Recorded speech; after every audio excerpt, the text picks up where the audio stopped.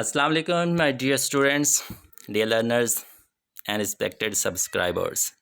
امید کرتا ہوں کہ آپ سب لوگ خیر و عافیت سے ہوں گے اور دعا کروں کہ اللہ تعالیٰ آپ سب لوگوں کو صحت والی، تندرستی والی اور لمبی زندگی دے۔ ڈیئر اسٹوڈینٹ، آج ہم ڈسکس کرنے جا رہے ہیں 9th کلاس کے انگلش کے chapter 8 the impact of globalization on culture and economy کے پیراگراف نمبر 8 کو۔ جی تو آج ہم پیراگراف نمبر 8 کو discuss کریں گے with meanings and with translation. So without wasting of time, let me take you to paragraph number 8. So here is your paragraph number 8. اب اس کو میننگز کے ذریعے اور ٹرانسلیشن کے ذریعے سمجھنے کی کوشش کرتے ہیں کہ اس پیراگراف کے اندر کس چیز کی بات کی گئی ہے۔ ڈیجیٹل ٹولز، ڈیجیٹل ذرائع یا ڈیجیٹل ٹولز لائک جیسا کہ لینگویج لرننگ ایپس، زبان سیکھنے والی ایپس، اینڈ اور آن لائن ڈکشنریز۔ یہاں پہ دو چیزیں آپ کو بتا دی گئی۔ ڈیجیٹل ٹولز میں ویسے تو بہت سی چیزیں آتی ہیں، لیکن اس پیراگراف کے اندر دو چیزیں بتائی گئی ہیں، لینگویج زبان سیکھنے والی ایپس اور ڈکشنریز۔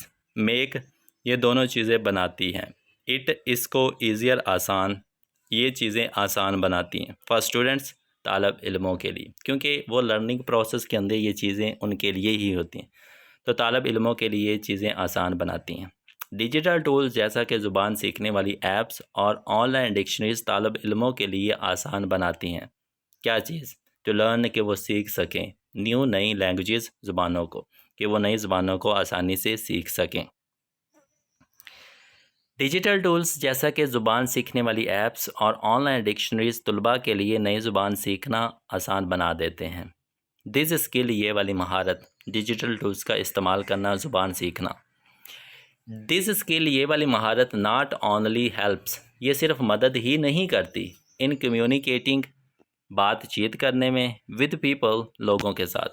اگر آپ نئی زبان سیکھ لیتے ہیں، ڈیجیٹل ٹولز کا استعمال سیکھ لیتے ہیں، تو یہ والی مہارت آپ کو صرف لوگوں کے ساتھ بات چیت کرنے میں ہی مدد نہیں کرے گی۔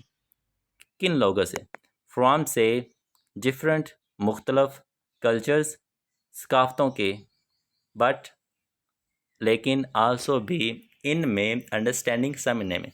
تو یہ مختلف ثقافتوں کے لوگوں سے بات چیت کرنے میں ہی مدد نہیں کرے گی، بلکہ یہ سمجھنے میں بھی مدد کرے گی۔ کیا چیز؟ دیئر لٹریچر، ان لوگوں سے جن سے آپ بات چیت کر رہے ہیں ان کے ادب کو سمجھنے میں مدد کرے گی، میوزک، موسیقی کو سمجھنے میں مدد کرے گی، اینڈ ادر کلچرز اسپیکٹ، اور ان کے دوسرے ثقافتی پہلوؤں کو سمجھنے میں مدد کرے گی، مور، زیادہ، ڈیپلی، گہرائی سے، اوپر سے نہیں، گہرائی سے اور بہتر طریقے سے۔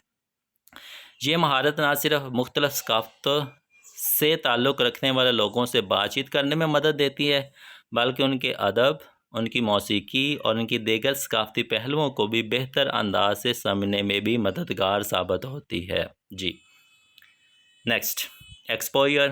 ایکسپوئر کا ویسے مطلب ہوتا ہے کھلا چھوڑنا، لیکن یہاں پہ واقف ہونا، جان پہچان ہونا، جاننا، جان پہچان ہونا، واقف ہونا، جو گلوبل، عالمی فیشن ٹرینڈز، فیشن کے رجحانات سے، دنیا کے اندر جو فیشن چل رہا ہے اس سے واقف ہونا، اس کا پتہ لگانا، اینڈ اور انٹرنیشنل، بین الاقوامی، کوزین، کوزین کہتے ہیں کھانوں کو، ہیز ڈائیورسیفائڈ، اس نے تبدیل کر دی ہے، اس نے تنوع پیدا کر دیا۔